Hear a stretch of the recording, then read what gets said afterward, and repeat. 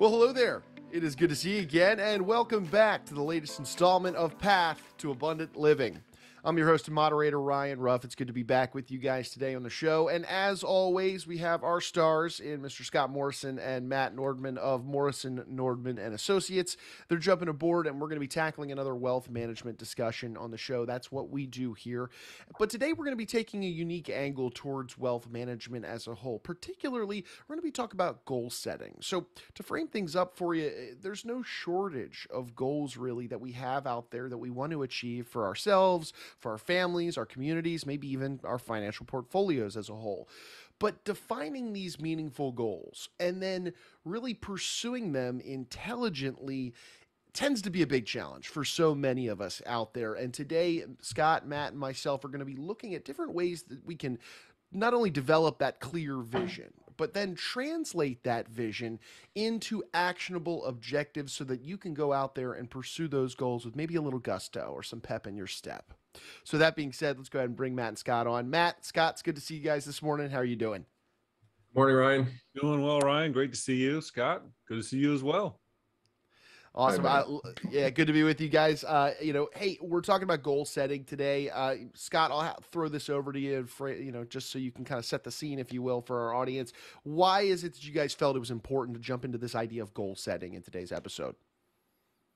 Well, as wealth managers, our most important discussions with our clients and prospective clients, for that matter, are about a full range of goals that they have, whether they be professional, personal, social, charitable, and financial, of course. So getting clarity on these goals is definitely at the top of the list. It's some of the most important and meaningful conversations we have. Matt, Scott just mentioned that word clarity, and boy, does that come up a lot on this show at large. But in today's conversation, do you find, Matt, that people really need help coming up with their goals and just developing them in the first place? It's funny, Ryan. Most of us rarely, if ever, run out of goals to pursue, right?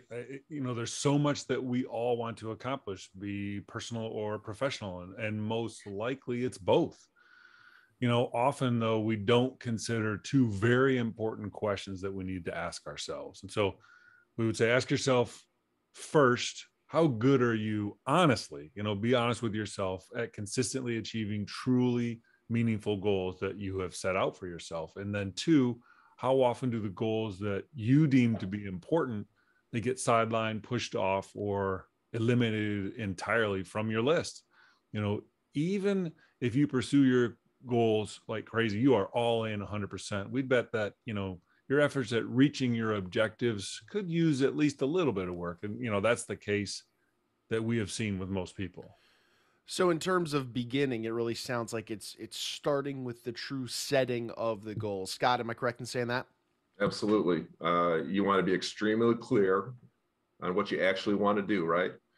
And, so we recommend that you enlist the right people for assistance and identify what you should do, what you shouldn't do, if you want to really get to the finish line. That takes a series of mindsets and action steps aimed at improving your ability to focus in on the outcomes that you want the most and need in life. Make sure they're measurable and be accountable to them. It's really easy to set a goal, but can you actually measure the goal? And can you say, check that off your list in terms of the action steps to achieve the goal or to head toward the goal? And if you can do that, then, more often than not, you're going to achieve it. So if we're looking at this idea of goal setting specifically, before we get a little deeper into the conversation, guys, Matt, what would you say is probably action step number one of just truly intelligent and smart goal setting? Okay, Ryan, this is going to probably sound very obvious. First step, create that clear vision of what you want your life to look like. The idea of, as Stephen Covey said, and a lot of other goal setting experts, is start with the end in mind.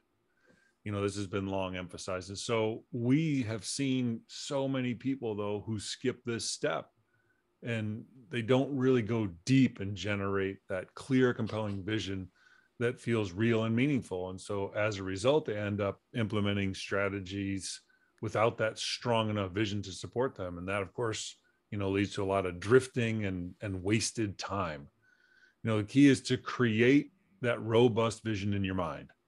Too often people stop at a vision statement, that short 1 or 2 sentences that, you see on the coffee mug or the t-shirt.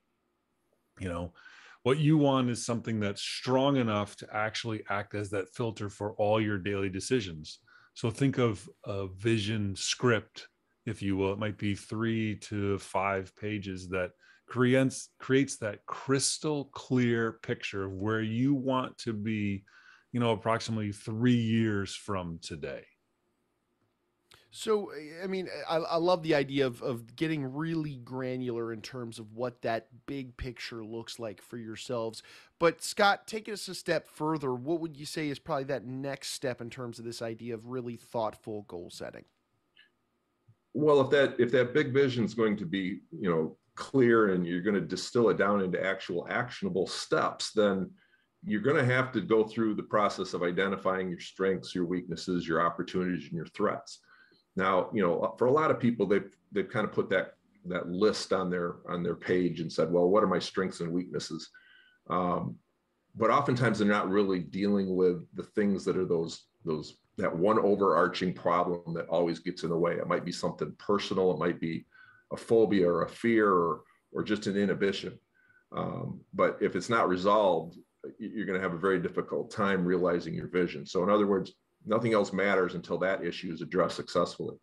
Once you've been able to identify these things and what must be addressed in order to make meaningful progress in the next 3 to 5 years, or whatever time you target, then you can say, hey, I've got a to-do list. You want to make sure that to-do list isn't a mile long. You need to work it down into a workable list, of course. Yeah, no, absolutely. And I would imagine this is probably a pretty big problem or a challenge for many of us is taking that big list of all these goals and aspirations that we have for our lives and then just really whittling down so that you can hone in or pursue maybe 1 or 2 key goals that might help achieve maybe the other list of goals. Matt, any advice on how to go through that process of narrowing down that laundry list of goals into maybe a few easier ones, or maybe easy isn't the right word, but just a few that are worthwhile to really pursue in the first place? Sure, Ryan. So one approach, and again, it's going to probably sound really, really obvious, is to go after those goals that have that really large upside if they work, but the downside is small if they don't. But most people will gravitate to the exact opposite, that relatively small upside with significant downside. Don't overlook a goal because it seems small. If your goal is focused in the right area, it can have a really big impact, even if it's small. In business, that might mean, just that 1% increase. You don't necessarily have to have sweeping changes to your products or services or aggressively pursue new markets or, redesign your entire organizational structure. You can double down on your existing sales and marketing, and again, maybe a small price hike might do it 1%, and in your relationships, you don't necessarily need to give those expensive, dazzling gifts to, your spouse or significant other to, reignite that interest in you, or in each other. The best move might be to say, okay, what are those 2 or 3 or 4 things that this person that's really important to me, they just don't enjoy doing.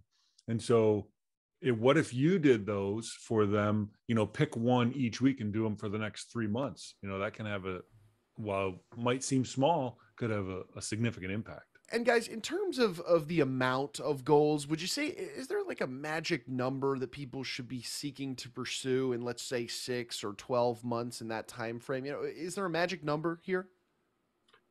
Well, we typically aim for no more than 12 in a year or 3 in a quarter. What we find is anything more than that, then you take on the risk of getting frustrated. And if you're not reaching enough goals, then you're tipping the scales towards failure. So, the goals need to be specific and measurable and come with a time limit for completion so that you can hold yourself accountable. And what I really feel is important is that those goals should be somewhat risky. I mean, they should be somewhat uncomfortable, because oftentimes what gets in our way is in personal growth is some sort of an inhibition. And so oftentimes we're going to have to deal with that inhibition, and it's not necessarily going to come very easy or very often. So it's some of those things that we need to make sure that our goals are realistic, that we can overcome those inhibitions with personal growth. But if you can't, then you're going to come away from it feeling pretty frustrated and unfulfilled. Right, and then you're back to square one in the first place, and Yep. you're rethinking the goals that you even thought about in the first, in terms of what matters to you. So, guys, one thing that we do a lot on this show is, I mean, we talk about these different strategies and solutions that you're working with your clients on, and all these different areas of wealth management. Obviously, today we're talking about goal setting. It certainly is an area of wealth management, but it's equally as important to talk about some of the mistakes that exist out there that you guys are noticing that we're seeing people make. And, while we're not talking about a specific strategy or solution within wealth management today, we're talking about goal setting. I think it's also important to talk about maybe the mistakes that you guys see in terms of goal setting. So, Matt, I'll throw this one over to you. Do you see any mistakes that people are making as they're looking out and trying to develop that vision and define their goals and pursue these? Any issues you're seeing on this front? There's some definite potential pitfalls, and so that's where we would say be careful you're not trying to achieve this tremendous success in your business or career at the expense of the quality of life. Don't compromise your health or your most important relationships. You can strike that a better balance, as we say, and build an amazing life of significance across the board, rather than falling victim to that, the hustle fallacy that says sacrifice everything else, for your own personal ambition. Another mistake relates back to that concept of having that vision. Don't allow yourself to kind of water down your vision simply because you can't immediately see how you're going to achieve it. You might want to start with that bold vision, but you don't have that clear path. You've got it ready. And you're like, hey, congratulations. If you don't have that clear path, because what you want to do is don't get nervous, dial back the vision where you can see, okay, specific strategies. Well, those are all the things that you've always done. And, the old saying, if you always do what you always done, you always get what you always got. So stick with that vision that causes you that discomfort and uncertainty. And that type of vision, it's going to challenge your existing thinking and motivate you and the people around you, your family, your team members, to do great things. As someone shared with me years ago, and it's, be comfortable being uncomfortable, because that is generally when and where we grow the most. Oh, no, well said. And Matt and Scott, I know you guys are having a lot of these individualized conversations around goal setting, especially within that discovery process that we've talked about on this show when you're working with your clients. So for those out there in our audience that are hearing today's conversation about goal setting, and they're thinking their own goals and aspirations for their future through, and maybe they're realizing it would be helpful to sit down and talk with somebody about it, really get a lot of this out, and like you said at the top of the show, get granular on that big picture idea for themselves. What would be the best way they could reach out to you two, and your team, just to open up a dialogue and sit down and maybe work with you to go through this idea of setting goals that are individualized for them and their family and so on? Anyone can go to our website, morrisonnordman.com, click on the link. It says, I want to learn more, set up a short phone call where we can kind of delve into, what are those goals and aspirations and that vision that you have. And so if you're more traditional, pick up the phone, 517-333-7967. And that's where we would say, whether you are far along in your vision and you just want to review it, or you haven't even begun, take that next step. Alrighty, fantastic. Well, guys, I appreciate you taking some time out of your day. I know you got a lot of clients to serve. We'll let you get back to doing that. But really good conversation here on the show around goal setting today. A lot of valuable insight into this, what could seem like an easy topic, but when you really whittle down to it, I mean, so many people, we stray away from our goals, right? Because we're not implementing those actionable steps that have, true intent and objectives behind them. And just a lot of good stuff today. And looking forward to being back on the next one with you guys. Thanks, Ryan. Have a great day.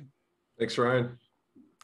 All right. Thanks, fellas. And hey, look, we want to take one final moment, as always, and say thank you to our audience for spending some time with us here on the show today. If you benefited from today's conversation in any way, shape, or form, you took something away from it, do us a favor and subscribe to the show on whichever platform you check this out on. That way you never miss out on a different, a future or maybe even a past episode covering a great conversation. Also share this information, right, with any friends, family, business owners, anybody that you think would benefit from these types of discussions, because at the end of the day, we're really just taking the strategies and the solutions and the conversations that Matt and Scott are having with their clients on a regular basis and bringing them right here to you guys on this show. So for Scott, for Matt, I'm Ryan. We're going to go ahead and say so long, but we appreciate you stopping by and being with us on today's installment of Path to Abundant Living.